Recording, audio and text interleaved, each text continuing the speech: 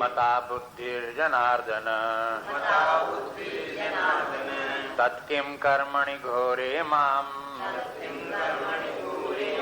नियोजयसि केशव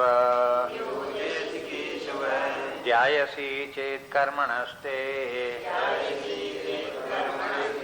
मता बुद्धिर्जनार्दन तत्किं कर्मणि घोरे मां नियोजयसि केशव।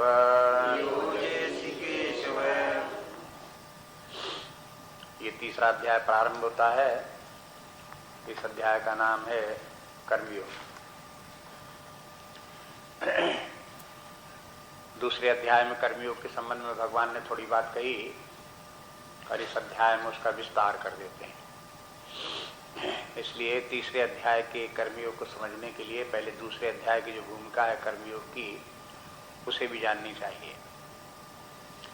दूसरे जो अभी श्लोक पढ़ रहे थे, ये पहला श्लोक अर्जुन का प्रश्न है। प्रश्न है इस बात का कि एक तो है कर्म और दूसरा है ज्ञान। दूसरे अध्याय में भगवान ने कर्मयोग की भी चर्चा की, ज्ञान योग की भी, और दोनों के बाद ज्ञान योग की बड़ी प्रशंसा की, क्योंकि स्थित पर ज्ञानी व्यक्ति है, आत्मज्ञानी है, ब्रह्मज्ञानी है, उसकी बड़ी प्रशंसा की। तो अर्जुन के लगा जब ब्रह्मज्ञान ही प्राप्त करना है तो फिर ये कर्म की बात आप क्यों करते हो? प्रश्न ये है कि कर्म तो बात पीछे की बात रह गई, अब उसकी जरूरत नहीं है। इसलिए जो शंकाएं हो सकती हैं अनेक प्रकार की, वो बार बार अर्जुन प्रश्न उठाता रहता है। भगवान स्वयं भी जहाँ शंका की संभावना होती रहती है उनका समाधान करते रहते हैं। इसलिए बार बार विचार करना चाहिए कि अध्यात्म विद्या की रूपरेखा क्या है, उसके आधारभूत सिद्धांत क्या हैं, उसको जीवन में कैसे धारण करते हैं, ये सब समझने का प्रयास करना चाहिए। दूसरे अध्याय में जो कुछ हमने देखा था उसमें जो हम इसमें चार्ट में देखते थे उन सबका वर्णन दूसरे अध्याय में हो गया। उसमें ये भी बता दिया कि राजा लोग सब खड़े हुए, हम सब लोग हैं, शरीर मात्र नहीं है, शरीर के अतिरिक्त जीव भी है।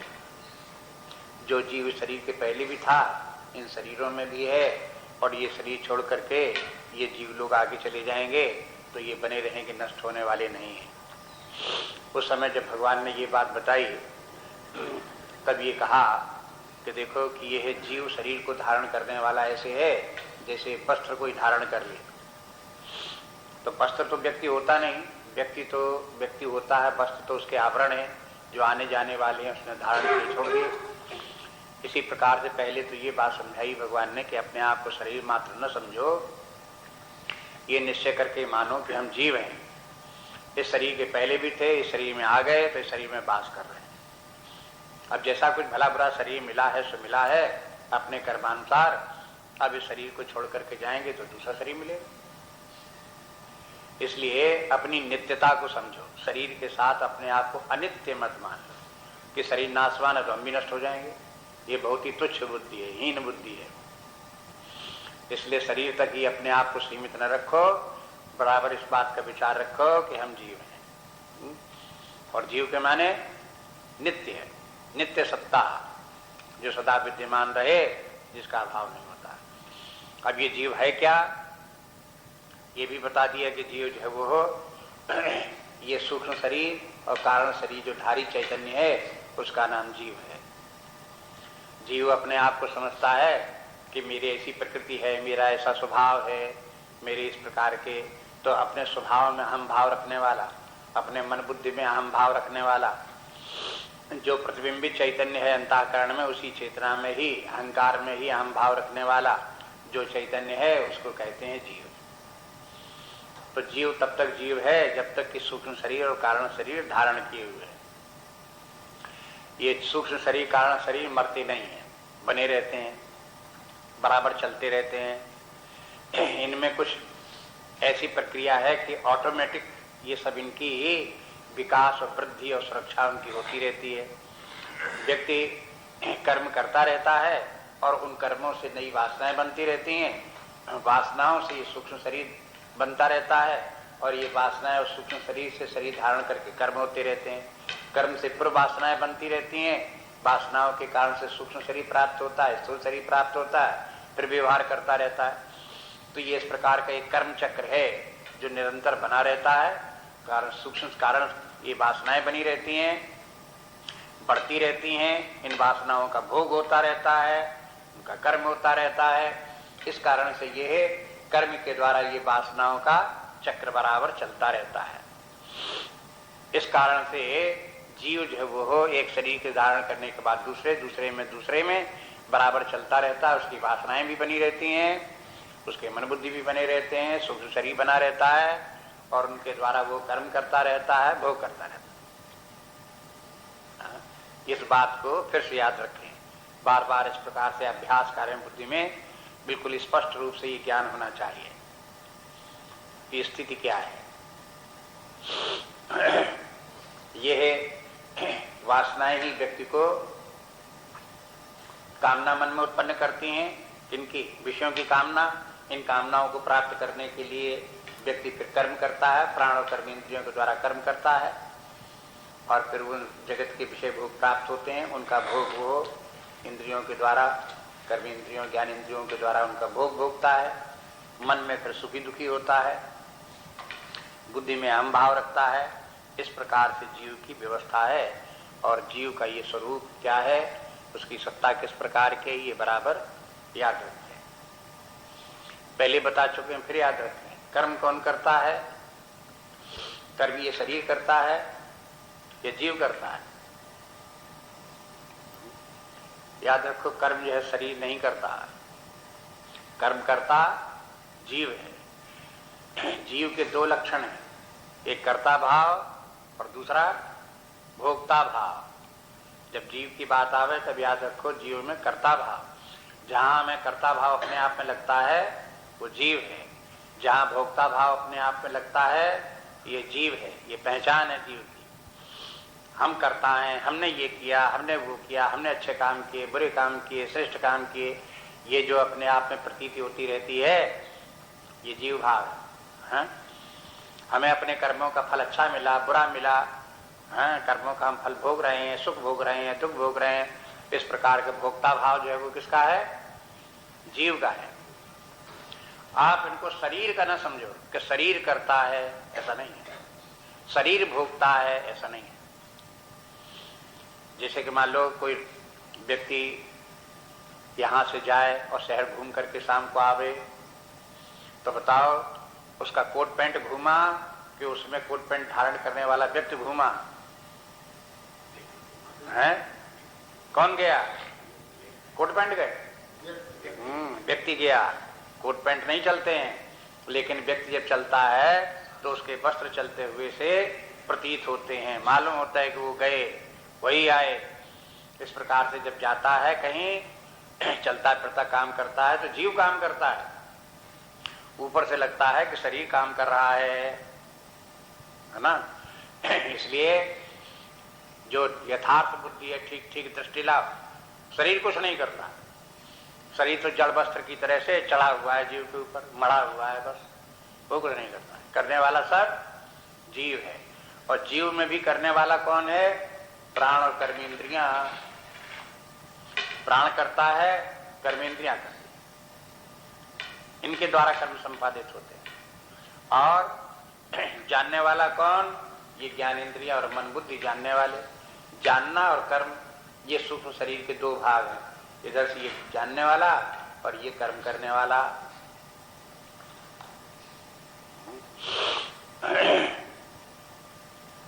व्यक्ति ज्ञानेंद्रियों से जानता है, मन से बुद्धि से जानता है, ज्ञान होता है। इसलिए इनको कहते हैं, मन बुद्धि को ज्ञानेंद्रियों कहते हैं। ज्ञान शक्ति इनमें है, ज्ञान शक्ति। प्राण में और कर्मेंद्रियों में कर्म शक्ति। बस याद रखें कि इनमें कर्म शक्ति इनमें है, कर्म करने की योग्यता क्षमता इनमें है, प्राण में है। इस प्रकार से व्यक्ति कर्म भी करता है, ज्ञान भी प्राप्त करता है। ज्ञान प्रतिपन्न बाह्य जगत के संबंध में जानकारी उसे हुई, ये ज्ञान हुआ, और फिर प्रतिक्रिया रूप में उसने कर्म किया तो ये कर्म भी करता है। तो सूक्ष्म शरीर के स्तर पर ज्ञान प्राप्त होता है और कर्म होते हैं। प्राण के साथ कर्म होते हैं, लेकिन जीव जो है प्राण के साथ तादात्म्य करके समझता है कि मैंने कार्य किया। ज्ञानेंद्रियों के द्वारा, मन बुद्धि के द्वारा ज्ञान प्राप्त होता है। जीव समझता है कि मुझको ज्ञान प्राप्त हुआ। ज्ञान प्राप्ति में भोग भी है कि मुझे सुख का भोग, सुख प्राप्त हुआ, दुख प्राप्त हुआ। ये सुख दुख का ज्ञान होता है। तो इसलिए जीव में जो कर्ता भाव और भोक्ता भाव है, कर्ता भाव प्राण के तादात्म्य से है और भोक्ता भाव ज्ञान शक्ति के तादात्म्य से है। ज्ञानेंद्रियां मन और बुद्धि में तादात्म्य करके जीव में भोक्ता भाव है। इंद्रियों के साथ में भी जीव तादात्म्य करता है और भोक्ता भाव अनुभव करता है। जिह्वा से स्वादिष्ट वस्तु खाई, बड़ी अच्छी लगी, मान लो जीव के साथ उसने तादात्म्य कर लिया और जीव के स्वाद को अपना स्वाद मान लिया और बस उसके बाद वो प्रसन्न हो गया। तो इसके बाद भोक्ता भाव जीव के कारण आ गया। इसी प्रकार से नासिका से सुगंध सूंघ करके उसमें भोक्ता भाव आ गया। इसी प्रकार से आंखों से देख करके, आंखों के कारण से जो देखा उसने, उससे उसको जो है भोक्ता भाव आ गया। इस प्रकार से समस्त इंद्रियों से तादात्म्य रखते हुए जीव को भोक्ता भाव रहता है। मन के साथ भी तादात्म्य करके भोक्ता भाव रहता है। कुछ अच्छा लगता है, कुछ अच्छा नहीं लगता है, कहीं मान लगता है, कहीं अपमान लगता है, कहीं आदर लगता है, कहीं अनादर लगता है, कहीं सफलता लगती है, कहीं असफलता लगती है। ये सब भावनाएं हैं अपने मानसिक स्तर के ऊपर। तो व्यक्ति अपने मन में तादात्म्य करके यहाँ पर भी भोक्ता भाव है। कोई व्यक्ति अनादर का भोग कर रहा है, कोई आदर का भोग कर रहा है, कोई सफलता का भोग कर रहा है, कोई असफलता का भोग कर रहा है। ये सब भोग भी जीव के भोग हैं। इसी प्रकार से बुद्धि के स्तर पर भी जीव अपने ज्ञानात्मक भोग भोगता रहता है। जहाँ व्यक्ति को ज्ञान प्राप्त होता है तो एक सुखानुभूति होती है। हर ज्ञान व्यक्ति को सुख देता है। ज्ञान सुखात्मक है, अज्ञान दुखात्मक है। किसी व्यक्ति से कह दो तुम कुछ नहीं जानते हो तो दुखी हो जाएगा, रुष्ट हो जाएगा। कहते कुछ नहीं जानते, बड़ी खराब बात है। उसे पसंद नहीं है कि किसी से कहो तुम कुछ नहीं जानते हो, लेकिन उससे कहो कि भाई तुम तो बड़े ज्ञानी हो, तुम तो बहुत ज्ञान है तुमको, तुम तो बहुत समझते हो, तो प्रसन्न हो जाएगा। क्या ज्ञान सबको अच्छा लगता है। न भी ज्ञानी हो तो भी ज्ञानी बनना चाहता है। अपने आप विचार करके देखो तो मालूम होता है कि ज्ञान सुखदायी है। इसलिए बुद्धि के स्तर पर ज्ञान भी होता है, अज्ञान भी होता है। बहुत सी बातें हम जानते हैं, बहुत सी बातें नहीं भी जानते हैं। तो जो नहीं जानते हैं वो दुखदायी हैं, जो जानते हैं सुखदायी हैं। ये भी सब व्यक्ति को बुद्धि के स्तर पर भोग होता रहता है। इस प्रकार से आप देखते रहो कि ये सब जीव जो है कर्ता भोक्ता का ये सब इसी में है। और इसकी सबकी चाबी है वासनाओं। कारण शरीर माने कारण। क्यों व्यक्ति भोगता रहता है, सुख दुख का, कर्म का करता क्यों रहता है, भोगता क्यों रहता है? इसका प्रेरक तत्व जो है ये वासनाएं हैं। जैसी वासनाएं होती हैं वही उसको प्रेरणा देती रहती हैं, संचालित करती रहती है। मोटिव फोर्स इन्हीं वासनाओं में, दिशा निर्देश करने का। तमोगुणी होगी तो एक दिशा में व्यक्ति कार्य करेगा, उसी प्रकार के भोग भोगेगा। रजोगुणी व्यक्ति हुआ तो दूसरे प्रकार से कार्य करेगा, दूसरे प्रकार का भोग भोगेगा। सत्वगुणी हुआ तो भिन्न प्रकार के कार्य करेगा और उसी प्रकार के वो भोग भी भोगेगा। तो विभिन्न प्रकार के कर्म, विभिन्न प्रकार के भोग क्यों? सब में एक से नहीं है। उनका प्रेरक जो है वो हो इन्हीं में सब नहीं है। हाँ, अब एक व्यक्ति एक प्रकार का कार्य कर रहा है, दूसरा व्यक्ति दूसरे प्रकार का कार्य अच्छा लग रहा है उसे कर रहा है। तो इसका कारण क्या है? यहाँ वो कारण विद्यमान नहीं है, वो कारण यहाँ है। कारण यहाँ विद्यमान, इसीलिए इसका नाम कारण शरीर है। जिसका जिस प्रकार की वासनाएं, जिसका स्वभाव, प्रकृति, समझने के लिए कुछ बोल लो, वैसे थोड़ा अंतर सब में है। प्रकृति अलग है, वासना अलग है, स्वभाव अलग, लेकिन एक समझ लोग अपने आप पहचानने के लिए कि जो हमारा स्वभाव है, हमारी प्रकृति है, यही हमारे कर्ता भाव का, भोक्ता भाव का कारण है। अगर कोई व्यक्ति दुख भोग रहा है तो इसका कारण क्या है? अपनी वासना है। ये बात बहुत रटनी पड़ेगी, क्योंकि बचपन से तो सिखाई नहीं जाती। इसलिए बचपन से तो सिखाई जाती है कि देखो ये बन गया इसलिए दुखी, ये बिगड़ गया इसलिए दुखी, और ये लाभ हो गया तो ये सुखी। बस यही सिखाया जाता, तो बस वो चित्त में चढ़ गया है। कि बाह्य जगत सुख दुख देने वाली बाह्य जगत की परिस्थितियां और वस्तु इत्यादि हैं, व्यक्ति इत्यादि हैं, वही सुख दुख दिया करते हैं। वो इतने रट गए हैं और उतना ज्यादा व्यक्ति को उनके साथ अभ्यास पड़ गया है कि बस वो जो है वो उसके अलग हट करके जरा भी सोचने को तैयार ही नहीं। लेकिन सत्य बात यह है कि व्यक्ति की जैसी वासनाएं हैं, उन वासनाओं के कारण ही व्यक्ति को सुख दुख होते हैं। भोग जितने हैं वासनाओं के कारण से।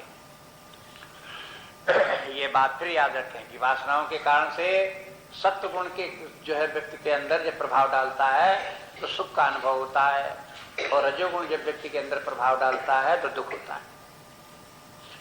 सुख और दुख का वास यहाँ है। तमोगुण क्या है? ये तमोगुण जीवन का विनाशक तत्व है। इसको मतलब न सुख से न मतलब दुख से। समय का अपव्यय करे, जीवन का अपव्यय करे, विनाश करे, बस।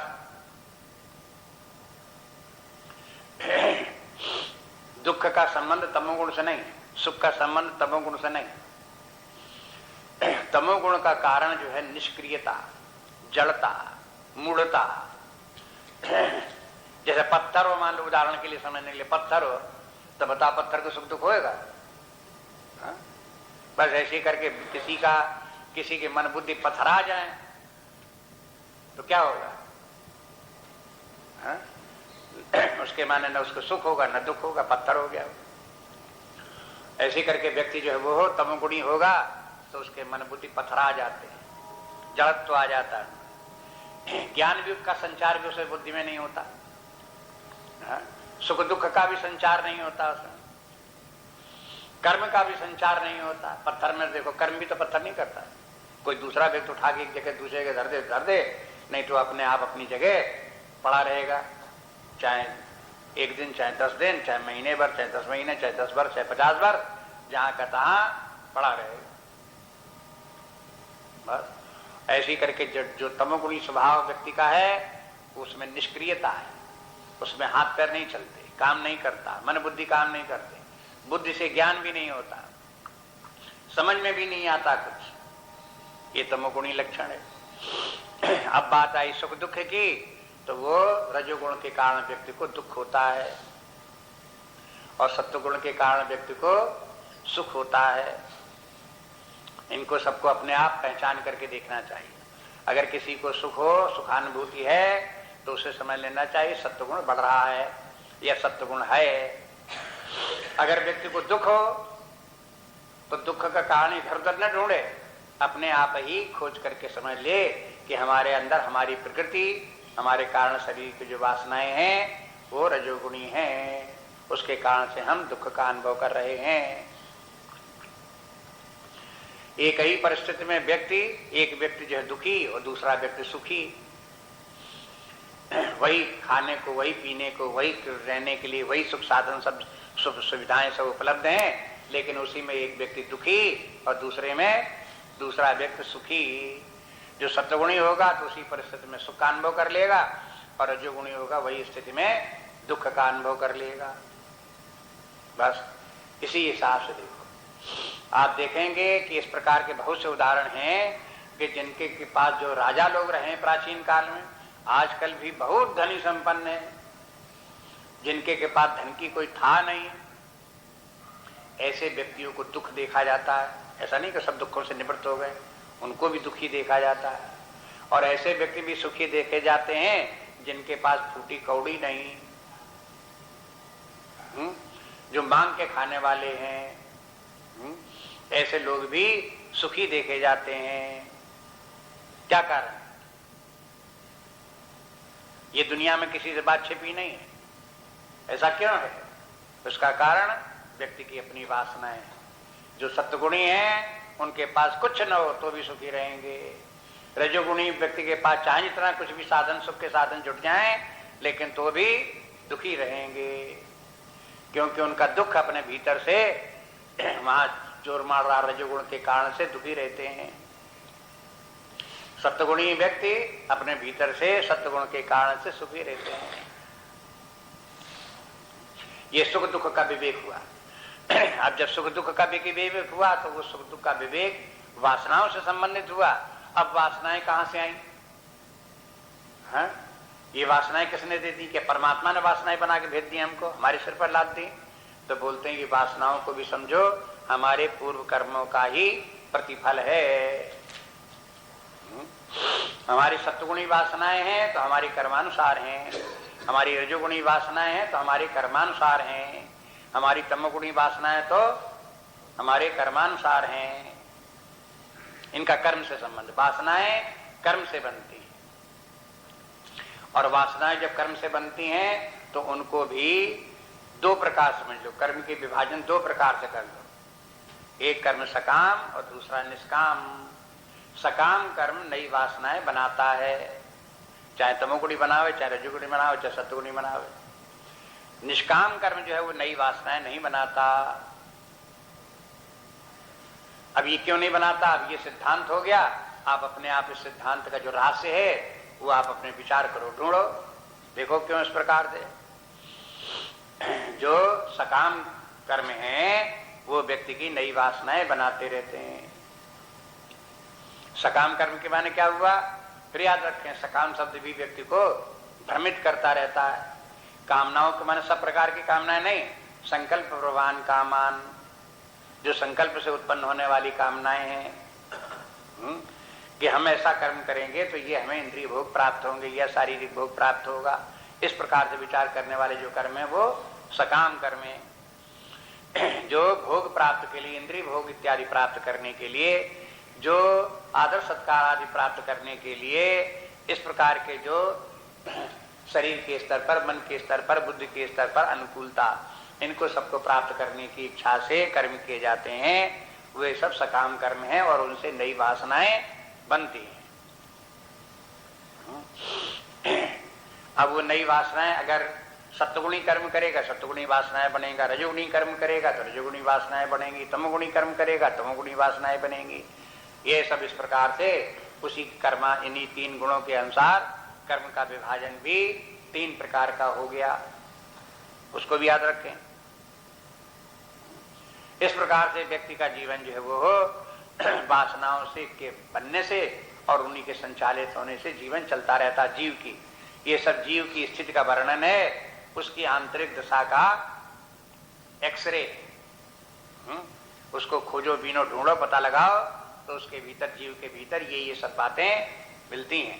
वासनाएं मिलती हैं, मन बुद्धि मिलते हैं, अहंकार मिलता है, कर्ता भाव मिलता है, भोक्ता भाव मिलता है, ये सब होते हैं। इन सबको अपने आप अपने अंदर देखने का प्रयास करना चाहिए। योगी लोग जिनकी की अंतर्दृष्टि है उनको ये सब दिखाई देता है कि अपने भीतर ये सब है। कोई अपने बुद्धि मात्र से रटने की बात नहीं है। अगर योग शक्ति हो, योग माने अंतर्दृष्टि प्राप्त हो, ज्ञान शक्ति, आंखें, हृदय के नेत्र खुलें तो ये सब दिखाई देने लगे। अपने भीतर प्राण भी दिखाई देने लगे, कर्मेंद्रियां भी दिखाई देने लगे, मन बुद्धि भी दिखाई देने लगे, ज्ञानेंद्रियां भी दिखाई देने लगे, सुख दुखात दिखाई देने लगे, अहंकार दिखाई देने लगे, जीव भाव इत्यादि जो है वो सब समझ में आने लगे, अपनी वासनाएं भी समझ में आने लगे, सत्वगुण दिखाई देने लगे, रजोगुण दिखाई देने लगे। ये सब अपने आप अपने व्यक्ति में दिख सकता है। उन सबको देख ले। जैसा वर्णन किया गया तथावत है भी, कोई काल्पनिक बातें नहीं है। इस प्रकार से निश्चय करो। ये बात दूसरे अध्याय में ये सब आ गई। इसी के आधार पर जो आपको बताया कि देखो पूर्व जन्म के कर्म हैं, वो कर्म ही इस प्रकार के हैं। जब सकाम कर्म किए उनके कारण से वासनाएं बनी, और जब तक वासनाएं बनती रहेंगी तो ये अपना फल भोग कराती रहेंगी। और वासनाओं के द्वारा कर्म फल भोगना बंधन है। पहचानो, वासनाएं जब तक हैं माने कर्म का संचय है, संचित कर्म है, वे व्यक्ति को अपने कर्मों का फल भोग कराने के लिए जीव को बाध्य करेंगी। जीव कहे कि हमें इन वासनाओं का भोग नहीं भोगना है तो कहना आपको तो भोग नहीं भोगना पड़ेगा। जैसे किसी व्यक्ति ने अपराध किया हो और सिद्ध हो जाए कोर्ट से इस व्यक्ति ने ये अपराध किया है, तो अब वो कहे कि मैं जेल नहीं जाऊंगा, मैं जेल में दंड नहीं भोगूंगा, तो क्या होगा? कहना वो तो तुम्हें भोगना ही पड़ेगा। तो अपनी मर्जी से जाके भोगो, और नहीं तो हथकड़ी भी डरवा कर ले चलेंगे, तुम्हें घसीट के ले चलेंगे, तब भोगना पड़े, भोगना तो पड़ेगा।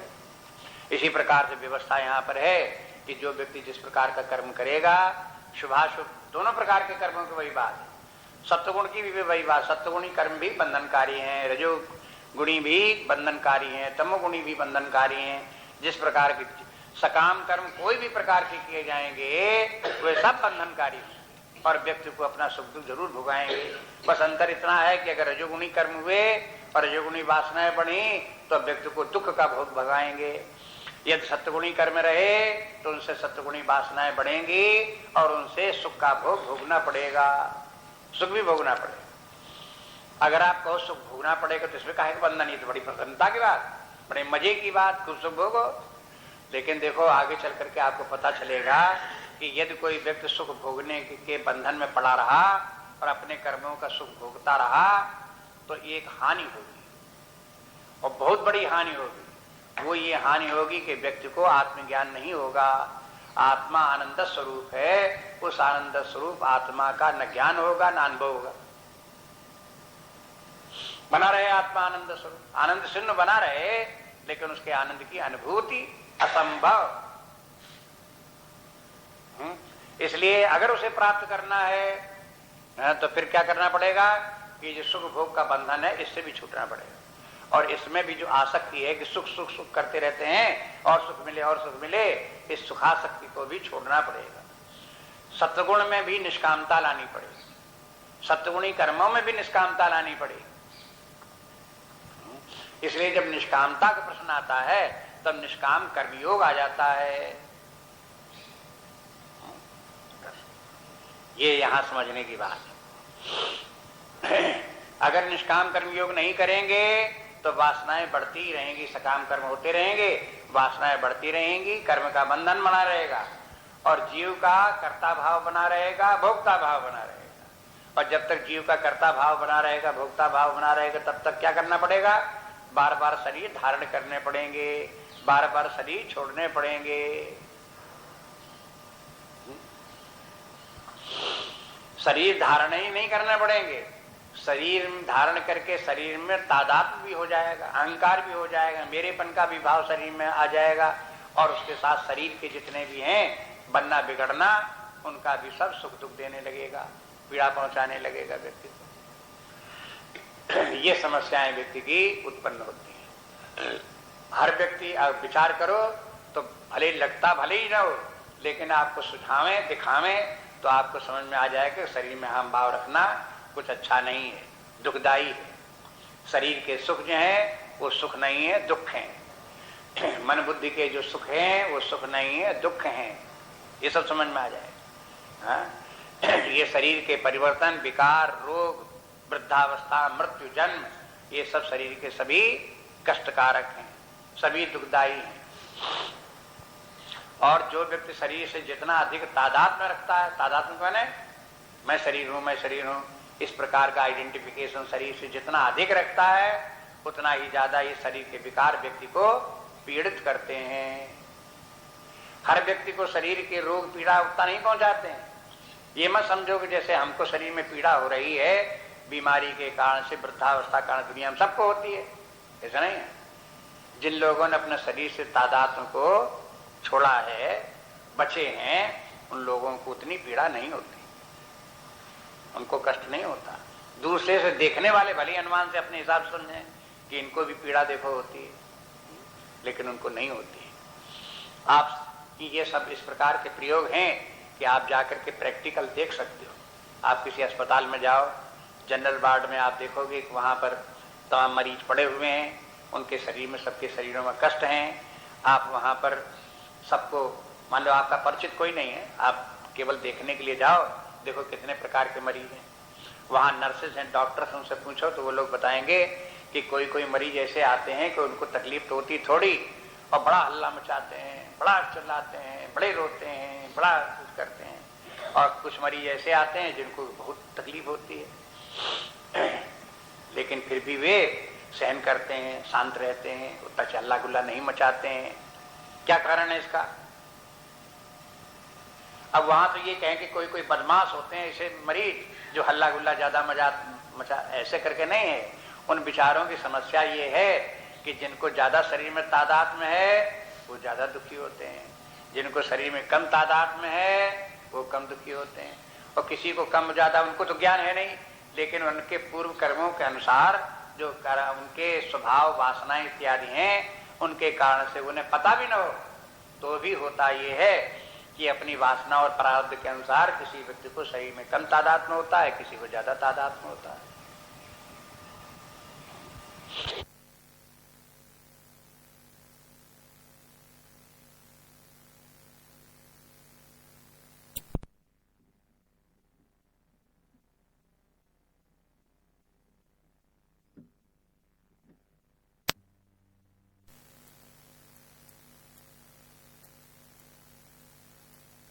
थोड़ी देर में 5 मिनट के बाद एक आदमी आया कि यहाँ से, आपके यहाँ से एक आदमी गया निकल करके, हम क्या गया कि वो देखो उसका तो एक्सीडेंट हो गया। तो देखा उसको तो सड़क के पार उधर वो गिर पड़ा, तो साइकिल पर जैसे ही चढ़ा तैसे पीछे से स्कूटर आया, उसने हमारी टक्कर, इनकी साइकिल गिर पड़ी, वो भी गिर पड़ा। और उसके जो टक्कर लगी उसके कारण से दाहिने पैर का, जहाँ से पैर के ऊपर वाला जहाँ टखना होता है वहां पर, उस जगह उसकी हड्डी टूट गई। अब वो खड़े होने की कोशिश करे, खड़ा ना हो पावे, तो उसको लेकर के उस समय रिक्शे में बैठाला, अस्पताल तक ले गए, वहां उसको भर्ती किया, डॉक्टर को दिखाया, डॉक्टर ने फिर उसको पट्टी बांधी, प्लास्टर चढ़ाया, उसका उपचार किया गया। घर में उसके खबर की गई, आप जाने ये हुए। 2-4 दिन के बाद फिर हम देखने उसको गए, तो देखे जब उसने जब देखा मिला तो देखा कि वो रो रहा है। हमने कहा रोते क्यों है? तकलीफ बहुत दर्द होती है। कि दर्द नहीं होता तो फिर क्यों रोते हो, ठीक हो जाएगा धीरे धीरे। कहा कि अब ये है, अब क्या होगा, हमारा तो पैर टूट गया, अब इसके बाद जो है वो घर में परिवार है, बच्चे हैं, पत्नी है, अब हम कमा नहीं पाएंगे, सबके जिंदगी बर्बाद होगी, अब क्या होगा। अरे तुम इस प्रकार के बेकार के तुम सोच रहे हो सब ठीक हो जाओगे, कोई बात नहीं, लेकिन व्यक्ति रोता है। अब देखो उसके जो रोने का कारण है उसका शरीर पे पैर में दर्द रोने का कारण नहीं, रोने का कारण जो है कुछ और ही होता है। जिसका शरीर में तादाद होता है कि शरीर में हूं, तो उसे लगे मेरे शरीर में ये हो गया, तो शरीर के तादाद के कारण से दुख होगा। कष्ट अलग बात है और दुख अलग बात है। व्यक्ति रोता जो एक इतना नहीं, जितना कष्ट होगा उतना रोएगा। कोई कोई तो कष्ट ज्यादा होता, रोता कम, और कोई कोई व्यक्ति को कष्ट जो होता है कम, रोता ज्यादा है।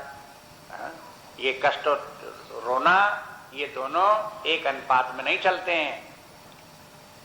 ये जो है दुख जो होता है वो आसक्ति के कारण से होता है, चाहे शरीर में आसक्ति हो, चाहे परिवार में आसक्ति हो, चाहे अन्य वस्तुओं में आसक्ति हो। दुख का कारण आसक्ति है और कष्ट का कारण आसक्ति नहीं है। देखो कष्ट जो शरीर में होता है वो एक प्रकार से भौतिक शरीर की व्यवस्था है। जैसे शरीर के विभिन्न अंग हैं, हाथ को काम करने के लिए हाथ जैसा होना चाहिए, पैर को काम करने के लिए पैर जैसा होना चाहिए, आंखों से देखने के लिए आंख जैसी होनी चाहिए। जैसे शरीर की सारी व्यवस्था है, इसी प्रकार से सारी व्यवस्था ये भी है कि शरीर की रक्षा ऑटोमेटिक हो, शरीर अपने आप को नष्ट भ्रष्ट न होने दे, अपने आप को बचाए रखे, तो उसमें एक सेल्फ रिपेयरिंग प्रोसेस होती है। सेल्फ रिपेयरिंग प्रोसेस है, अपने आप ही शरीर जो है वो हो, उसमें इस प्रकार की व्यवस्था होती है कि शरीर अपने आप को ठीक रखे। अब ऐसा थोड़े कि शरीर हमारा खरा दूसरा इंतजाम करे हमारे शरीर का, हमें कुछ पता ही नहीं, ऐसे थोड़े। तो वो अपना हर व्यक्ति अपने आप को, शरीर में जब गड़बड़ी होती है तब उसकी सूचना मिलती है। कहाँ? जो कंट्रोलिंग स्टेशन है ब्रेन माइंड, वहां इसकी शरीर की सूचना जाती है कि शरीर के अमुक भाग में गड़बड़ी हो गई। अगर पैर में कांटा भी लग जाएगा तो ब्रेन में सूचना दे करके मन बुद्धि को पहुंचाया जाएगा, कांटा लग गया, इसे निकालो। ऐसे ही मान लो कि पैर टूट गया उस व्यक्ति का, तो टूटने की सूचना ब्रेन तक जाएगी, माइंड तक जाएगी कि भाई टूट फाट हो गई, इसका इलाज कराओ। जो ये सूचना जाती है ये किस रूप में जाती है? ये सूचना बोलती नहीं है, ये सूचना केवल दर्द उत्पन्न करती है। दर्द उत्पन्न करना क्या है? शरीर के किसी भाग में गड़बड़ी हो जाने की सूचना मात्र है, बस। अगर उसको आप अटेंड करने लगो, उसको ठीक करने लगो, उसकी व्यवस्था कर दो, टूट फाट को सही कर दोगे, तो फिर दर्द होता ही रहेगा। दर्द खत्म, मालूम हो गया कि यहां काम हो गया, अटेंड कर लिया गया। बस इसलिए ये शरीर में कहीं किसी भाग में गड़बड़ी हो और दर्द होना सहज स्वाभाविक है, और वेदांत शास्त्र भी कहता है कि होना चाहिए। अगर किसी के शरीर में कहीं किसी भाग में दर्द न हो, अब मान लो मेरा टूट फाट हो गई, टूट गया पैर, दर्द नहीं होता, कट जाए हाथ, खून निकलने लगे लेकिन दर्द न हो, तो इसके माने ये है कि गड़बड़ी है। डॉक्टर को दिखाओ कि क्या बात है, शरीर में शून्य हो गया है, सेंसरी नर्व खराब हो गई हैं, कि क्या बीमारी इसमें है जो कट फट जाता है लेकिन दर्द नहीं होता। तो दर्द न होने का भी इलाज कराना पड़ेगा। ये कोई खुशी की बात नहीं है कि चाहे कट जाए चाहे फट जाए, हमें कोई दर्द है नहीं होता, मस्त है। ऐसे तो शरीर सब नष्ट हो जाएगा, बचा ही नहीं पाओगे उसको। इसलिए ये कष्ट होना स्वस्थ शरीर का शुभ लक्षण है। लेकिन इसके माने नहीं कि आप ऐसा शरीर में करते रहो, कष्ट भोगते रहो और कष्ट करते रहो, ये नहीं है। कष्ट जो होते हैं तो उनकी सूचना मिलती है और कष्ट के निवारण का उपाय भी करो, लेकिन कष्ट के साथ दुखी मत हो। दुख होना अज्ञान का कारण है, आसक्ति का कारण है, नासमझी के कारण है। हम समझते ही नहीं कि दुख क्या है। जितने भी प्रकार के दुख हैं वो सब दुख आसक्ति के कारण है, सब दुख अज्ञान के कारण है। अज्ञान के कारण आसक्ति है, आसक्ति के कारण से व्यक्ति को दुख है, कष्ट के कारण नहीं। इस प्रकार से ये विवेक हुआ, कष्ट का और दुख का भी विवेक रखो। जिसे कष्ट और दुख का विवेक होगा उसके बहुत दुख दूर हो जाते हैं। वो जानता कष्ट है तो है, ठीक है, कष्ट है तो उसको शरीर में कष्ट है तो इलाज कराएगा, और किसी प्रकार का कष्ट है तो उसकी व्यवस्था करेगा। कष्ट दूर करने के तो उपाय करने चाहिए। लेकिन कष्ट के जो उपाय हैं दूर करने के, वो भौतिक उपाय हैं, और दुख दूर करने का कोई भौतिक उपाय दुनिया में नहीं है। दुख दूर करने का उपाय आध्यात्मिक, दुख दूर करने का उपाय आध्यात्मिक है। जब तक कोई आध्यात्मिक साधना नहीं करेगा तो वो दुखी बना ही रहेगा, क्योंकि उसका इलाज नहीं किया। दुख से छुटकारा का एकमात्र उपाय आध्यात्मिक है। आध्यात्मिक माने धर्म के मार्ग चलो, निष्काम कर्म योग करो, उपासना करो, ज्ञान प्राप्त करो, अपने आंतरिक विकास करो, ये सब साधनाएं करो। इनसे व्यक्ति करते करते ज्ञान प्राप्त होगा, मोह दूर होगा, आसक्तियां छूटेंगी, कामनाएं निवृत्त होंगी। ये सब जब होंगी तब दुख दूर होंगे। इसलिए अध्यात्म शास्त्र के लिए आचार्यों ने कभी कभी क्या कहा, क्योंकि देखो अध्यात्म विद्या का उद्देश्य है दुखों की आत्यंतिक निवृत्ति। आप बीच बीच में सुनते रहो कि अपने यहाँ दर्शन पद्धतियां हैं, स्कूल्स ऑफ फिलॉसफी। पश्चिम में भी जैसे बहुत से दार्शनिक हुए, यहाँ पर भी भारतवर्ष में भी हुए। उनमें से 6 आस्तिक दर्शन और 3 नास्तिक दर्शन याद रखो। इतनी बातें थोड़ा सा अभ्यास में रखो। नास्तिक दर्शनों में से नाम आता है चार्वाक, जैन और बौद्ध। चार्वाक, जैन और बौद्ध नास्तिक दर्शन कहलाते हैं। और 6 आस्तिक दर्शन याद रखो। उसमें न्याय, वैशेषिक, सांख्य और योग, मीमांसा और वेदांत, ये 6 जो हैं ये है आस्तिक दर्शन कहलाते हैं।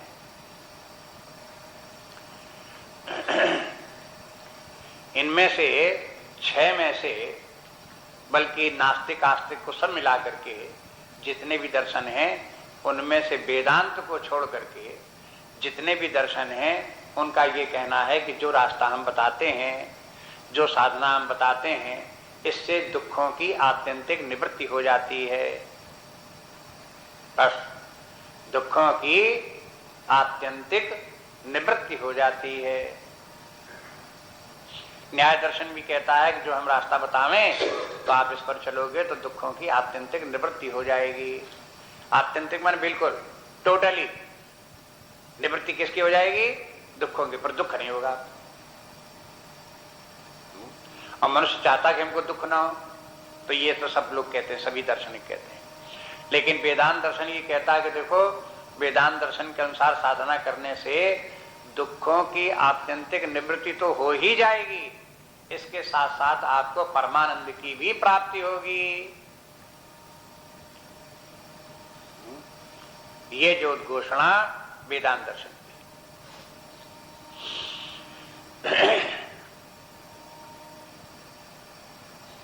ये जो है, इसके माने ये क्या हुआ कि अध्यात्म विद्या का उद्देश्य क्या हुआ? आध्यात्मिक साधना का उद्देश्य क्या हुआ?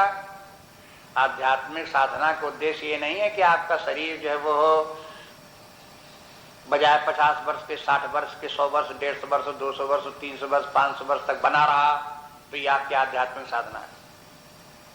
ये नहीं, ये भी नहीं है कि आपके शरीर को आप बिना खाए बने रह सकते हो, ये भी आध्यात्मिक साधना नहीं। कभी इसलिए बताते हैं क्योंकि ये भ्रांतियां हैं समाज में। आप देखेंगे अपना साहित्य जितना पढ़ोगे, तपोवन जी का पढ़ोगे, इनका सबका विवेकानंद इत्यादि का पढ़ोगे, इन सब में साहित्य में ये सब बातें स्पष्ट कर दी गई हैं। जबकि समाज में भ्रांतियां हैं। वो लोग समझते हैं कि जो आध्यात्मिक पुरुष हैं वो 200 वर्ष, 500 वर्ष तक जिंदा रहते हैं। अरे ये तो शरीर है, ये शरीर चाहे 100 वर्ष जिंदा रहे, चाहे 500 वर्ष जिंदा रहे, ये भौतिक पक्ष हुआ जीवन का। ये बताओ कि अगर 500 वर्ष जीवित रहा व्यक्ति तो आनंद में जीवित रहा कि दुख में जीवित रहा? कहा कि दुख तो उसको भी हुआ। तो अगर दुख हुआ तो कुछ आध्यात्मिक साधना नहीं है। बना रहे शरीर इतना लंबा, आयु बढ़ चाहे इतनी बड़ी बनी रहे। अध्यात्म का उद्देश्य है दुखों की निवृत्ति और आनंद की प्राप्ति। चाहे व्यक्ति का जीवन बिल्कुल छोटा हो तो सही 5 वर्ष का हो, लेकिन आनंद में हो तो आध्यात्मिक विकास हुआ। और अगर 100 वर्ष भी जिया, 500 वर्ष भी जिया, दुखी रहा, तो आध्यात्मिक कुछ नहीं, केवल वो अपने कर्मों का फल भोगने के लिए प्रारब्ध के कारण से इतना लंबा शरीर चलाता रहा। शरीर की आयु प्रारब्ध से, और प्रारब्ध अपने कर्म से। और कर्म भी हो सकते हैं व्यक्ति के अशुभ कर्म हो, और जिसको उन कर्मों को व्यक्ति को दुख देना हो, तो दुख भोग कराने के लिए हो सकता है कि किसी व्यक्ति का प्रारब्ध किसी की आयु को दीर्घ बना दे और उतने दिनों तक दुख का भोग करावे। इसलिए जो है ये आपको अधिक आयु को का संबंध जोड़ो कर्म से, प्रारब्ध से। और ये भौतिक पक्ष जीवन का है। आध्यात्मिक पक्ष के माने ये कि आयु चाहे ज्यादा हो चाहे कम हो, लेकिन व्यक्ति को आनंद में जीवन होना चाहिए, उसके दुख की अनुभूति नहीं होनी चाहिए। इसलिए कौन बात कहाँ कैसी है उसको आप यथास्थान ठीक ठीक समझो। तर्क के द्वारा भी समझने की कोशिश करो, शास्त्र प्रमाण से भी समझने की कोशिश करो। जो यथार्थ बात समझ में आई तो वो कहलाता है ज्ञान, और यथार्थ बात नहीं समझ में आई, अन्यथा आप समझते रहे तो उसे कहेंगे अज्ञान। तो अध्यात्म के क्षेत्र में भी बहुत अज्ञान है, क्योंकि ये विद्या सूक्ष्म विद्या है। थोड़ा अनुभव के द्वारा, थोड़ा साधना करने पर ही ये बातें समझ में नहीं आती हैं, नहीं तो भ्रम बने रहते हैं बहुत से।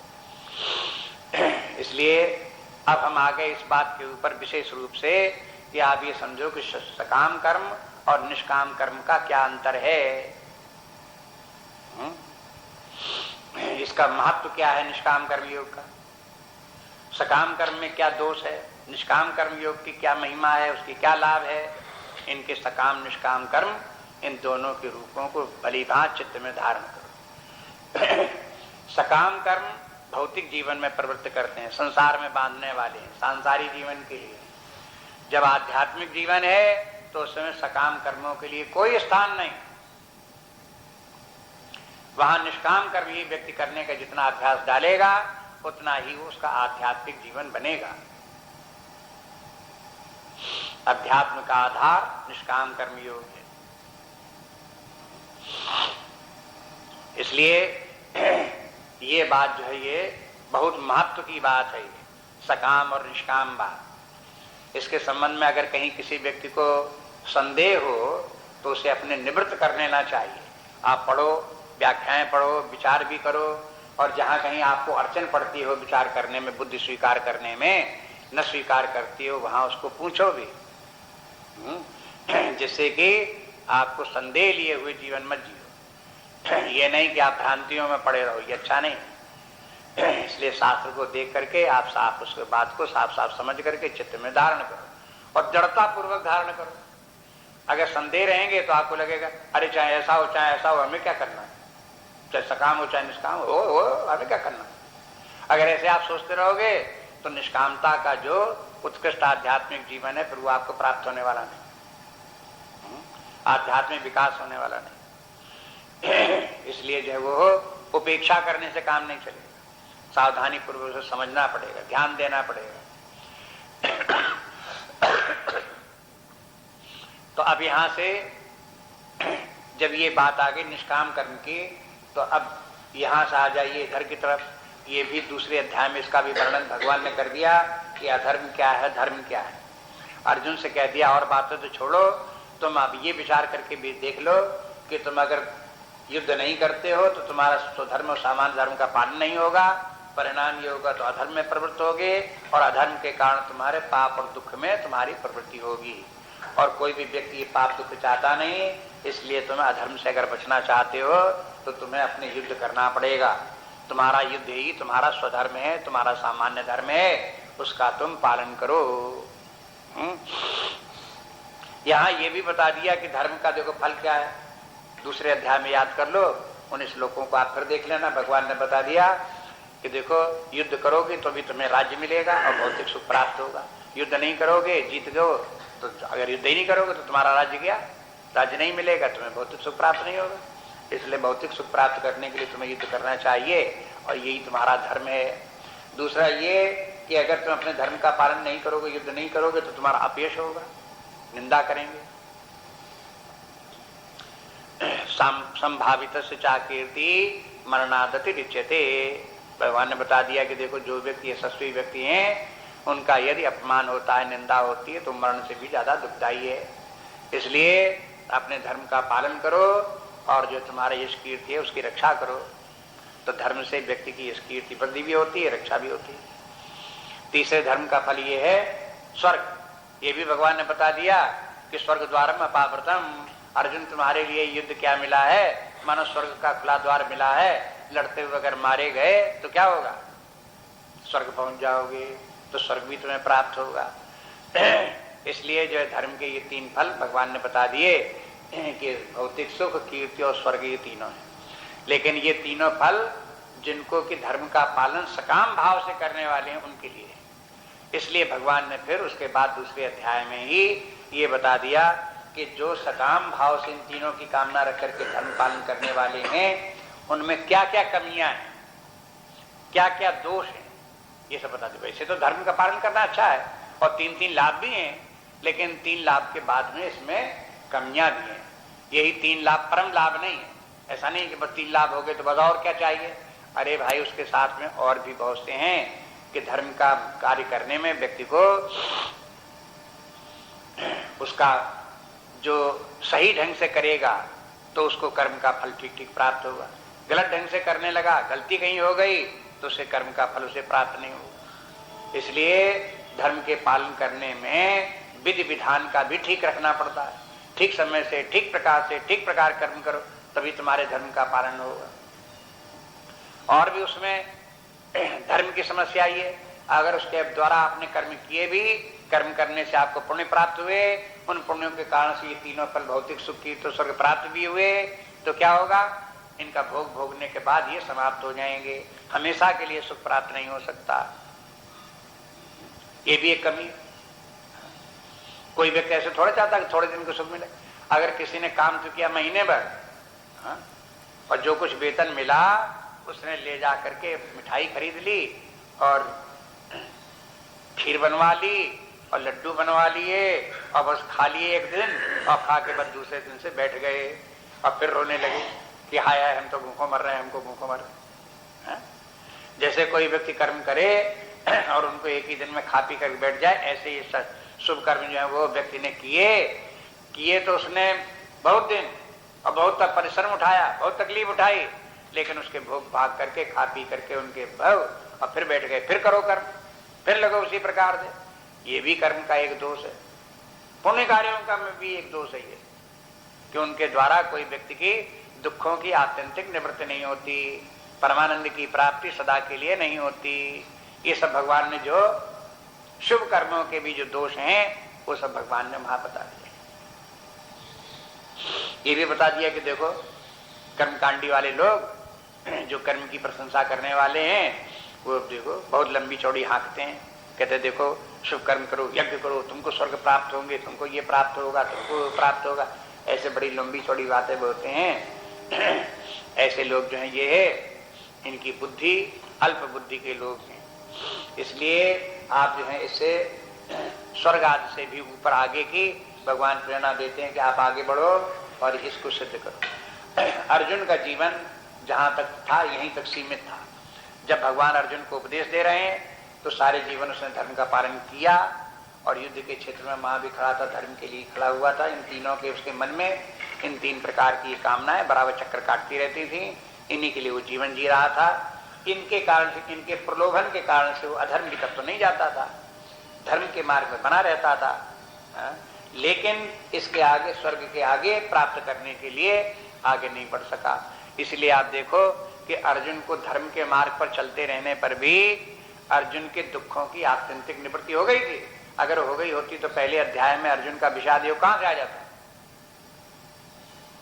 है? ये तो नहीं कह सकते अर्जुन जब पाप कर्म करता रहा इसलिए दुखी था। उस समय जब युद्ध क्षेत्र में आया, जो उसके हाथ पैर फूल रहे थे और दुखी हो रहा था, आंसू बहा रहा था, सब ये सोचते तो किस कारण से दुखी हो रहा था? पाप कर्म के कारण। वो दुखी केवल इसलिए हो रहा था कि केवल धर्म तक ही वो सीमित रहा। धर्म व्यक्ति के सारे दुखों से छुटकारा नहीं करा सकता, इसलिए व्यक्ति को दुखों से छुटकारा प्राप्त करने के लिए धर्म के आगे भी बढ़ना चाहिए। जैसे दुनिया में तमाम आसक्तियां होती हैं, वैसे ही व्यक्ति की एक आसक्ति ये भी होती है, क्या? धर्मासक्ति। धर्म में भी आसक्ति हो जाती है और अहंकार भी हो जाता है। किसी व्यक्ति को लगता रहता है कि मैंने सारे जीवन कोई पाप नहीं किया, मैं सदा धर्म के मार्ग पर ही चलता रहा, ये मेरे समान और दूसरे व्यक्ति नहीं होंगे।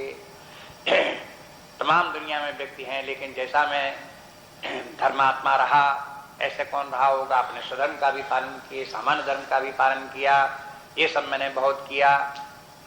तो ये जरूर है कि जो दूसरे अधर्मी व्यक्ति हैं उनकी अपेक्षा से अच्छा है, उसका ये अभिमान भी अच्छा है, उसे रखना चाहिए। लेकिन यही सब कुछ नहीं है। अध्यात्म विद्या कहती है कि धर्माभिमान की भी तुच्छता है, इसको समझो और इसके आगे बढ़ने की कोशिश करो। बस यहीं से आवश्यकता पड़ती है निष्काम कर्मयोग की। जब धर्म से आगे बढ़ने के प्रयास करते हैं तब व्यक्ति को निष्काम कर्मयोग करना पड़ेगा। धर्म तो सकाम भाव से हो जाता है, लेकिन फिर आगे का विकास, जो ज्ञान का विकास जो है वो आगे आत्मज्ञान, परमात्म ज्ञान इत्यादि करना है, आगे की रास्ता जो चलना है वो इस धर्मासक्ति से पूरा नहीं होता। इसलिए ये बात दूसरे अध्याय में भी भगवान ने समझा दी और अंत में 18वें अध्याय तक रिपीट करते रहे। और गीता का अंतिम श्लोक भी याद रखो, सर्वधर्मान परित्यज्य माम एकम शरणम व्रज। क्या है? सब धर्मों की आसक्ति को छोड़ करके क्या बड़े धर्मात्मा रहे, बड़े शुभ कार्य करते रहे, इसकी आसक्ति को छोड़ो। कोई व्यक्ति कहता है कि मैं जो कार्य करता रहा उसको धर्म पूर्वक करता रहा, मैंने अपने पिता का धर्म पालन किया, मैंने अपनी माता का धर्म पालन किया, मैंने पुत्र का धर्म का पालन किया, मैंने एक देश का नागरिक होने के कारण से उस धर्म का हमने पालन किया। इस प्रकार से नाना प्रकार के धर्म व्यक्ति के हैं, उन सब धर्मों का व्यक्ति ने पालन किया और उनका अहंकार उसी धर्म को लिए बैठा हुआ है, तब उसका आगे विकास नहीं होता। भगवान कहते इन सब धर्मों की आसक्ति को छोड़ो। जब और आगे तभी आपको बढ़ोगे। इसलिए इस बात का अहंकार छोड़ो कि हमने बड़ा धर्म किया, बड़ा धर्म किया, बड़े पुण्यात्मा है, बड़े पुण्यात्मा है। अब उसके आगे क्या है कि अब हमें, लेकिन ज्ञान तो नहीं है। अब अपनी कमी इसका अनुभव करो कि हमारे अंदर वैराग्य नहीं है, हमारे अंदर ज्ञान नहीं है,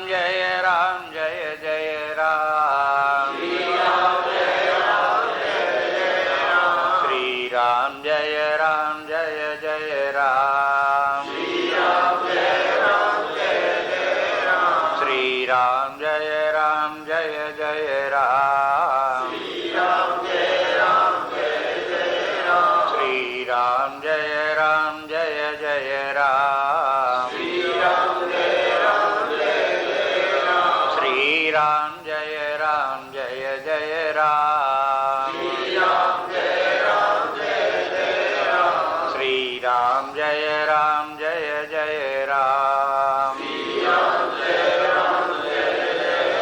श्री राम जय राम जय जय राम। श्री राम जय राम जय जय राम। श्री राम जय राम जय जय राम। श्री राम जय राम जय जय राम। श्री राम जय राम जय जय राम। श्री राम जय राम